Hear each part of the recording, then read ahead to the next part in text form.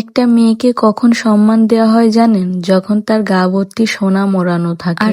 আর টাকার কথা কি বলবো বলেন? টাকা দিয়ে নাকি মানুষ কেনা যায়, আবার মানুষ বেচাও যায়। এই টাকার জন্য আমাদের কাছের কত সম্পর্কই না নষ্ট হয়ে যাচ্ছে। আসসালামু আলাইকুম, কি অবস্থা সবার? সবাই কেমন আছে? This is Mitu from Mitu's diary. সকাল সকাল ঘুম থেকে উঠেই আমি নাস্তা করে বের হয়ে গেছিলাম ব্যাংকের জন্য। আমার অল্প কিছু টাকার দরকার ছিল, তাই ব্যাংকে গিয়েছিলাম। ব্যাংকে থেকে টাকা তুলে নিয়ে বাসায় চলে আসছি। বাসায় আসার পর টাকা ঠিকঠাক আছে কিনা, সব টাকা ঠিক আছে কিনা মিলিয়ে দেখতেছিলাম। এখন আপনাদের মনে একটা প্রশ্ন থাকতে পারে, আমি ব্যাংকে গিয়েছিলাম, ওখানের ক্লিপ কেন নিলাম না, ভিডিও কেন নিলাম না? সবাই তো সবকিছু দেখায়, আমি কেন দেখালাম না? সত্যি কথা বলতে, আমি যেহেতু একা মানুষ, টাকাও আমার একা তোলা লাগছে আর ভিডিও আমার একা করা লাগবে। দুটো জিনিস একসাথে আমার জন্য করা সম্ভব ছিল না। আপনারাই বলেন, আমি এতগুলো টাকা তুলবো নাকি এদিকে ভিডিও করব? আবার ব্যাংক যেহেতু একটা সরকারি প্রতিষ্ঠান, সেখানে ভিডিও করাও নিষেধ থাকতে পারে। তাই ব্যাংকে যাই আমি আর কোনো ভিডিও নিইনি, পুরো বাসায় এসে দেখতেছিলাম সবকিছু ঠিকঠাক আছে কিনা। টাকা জিনিসটা খুব খারাপ। টাকার জন্য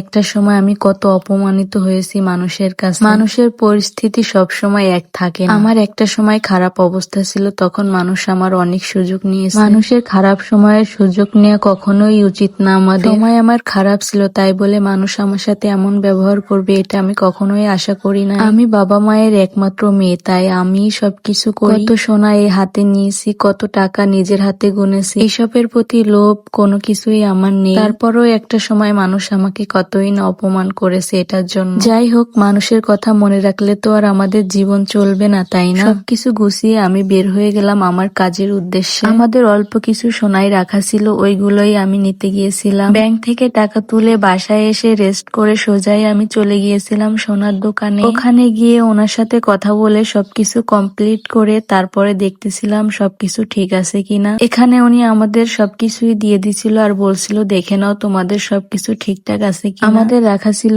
3টা মালা, 3টা আংটি আর 3 জোড়া কানের দুল। কিছু জিনিস আনছি আর বাকি কিছু জিনিস উনি পরে দিবে বলছে। কিছু ঠিকঠাক আছে কিনা দেখার পরে উনি বলল, ঠিক আছে, আবার তোমাদেরকে মেপে দেখাই দিতেছি যে সবকিছু ঠিক আছে কিনা। কোনো কিছু করলে, কোনো কিছু বললে আর কোনো কিছু দেখালে মানুষ বলে শো আপ করতেছি, দেখাইতেছি। আবার যদি কোনো কিছু না দেখাই, কোনো কিছু না বলি, তাহলে মানুষ বলবে যে আমাদের কিছুই নেই। কি আজব এক দুনিয়া, তাই না? দেখাইলেও দোষ, না দেখাইলেও দোষ। যাই হোক, আজব কথা আর আজব দুনিয়া আর আজব মানুষের কথা আমরা বাদ দিই। আমার পিছনে কত মানুষ কত কিছুই না বলে, এগুলা যদি আমি আমার কানে লাগাই তাহলে তো আমার জীবন চলবে না। দোকান থেকে সবকিছু কমপ্লিট করে চলে গেলাম বাসার দিকে। এত গরম পড়ছিল, সাথেও একটা ঠান্ডা পানি ছিল, পানি খেয়ে নিলাম। বাসায় যাওয়ার পথে আমাদের হসপিটালটা দেখতে পেলাম। আমার আব্বু যখন অসুস্থ ছিল, এই হসপিটালে আমি 10-15 দিন ছিলাম, তাই হসপিটালটা আমার অনেক চেনা। তারপরে আর কি করার, সবকিছু কমপ্লিট করে আমি বাসায় চলে আসতেছিলাম। আজকের ভিডিওটা কেমন ছিল সবাই জানাবেন। নেক্সট ভিডিও দেখার জন্য সবাই ভালো থাকবেন, সুস্থ থাকবেন। আল্লাহ হাফেজ।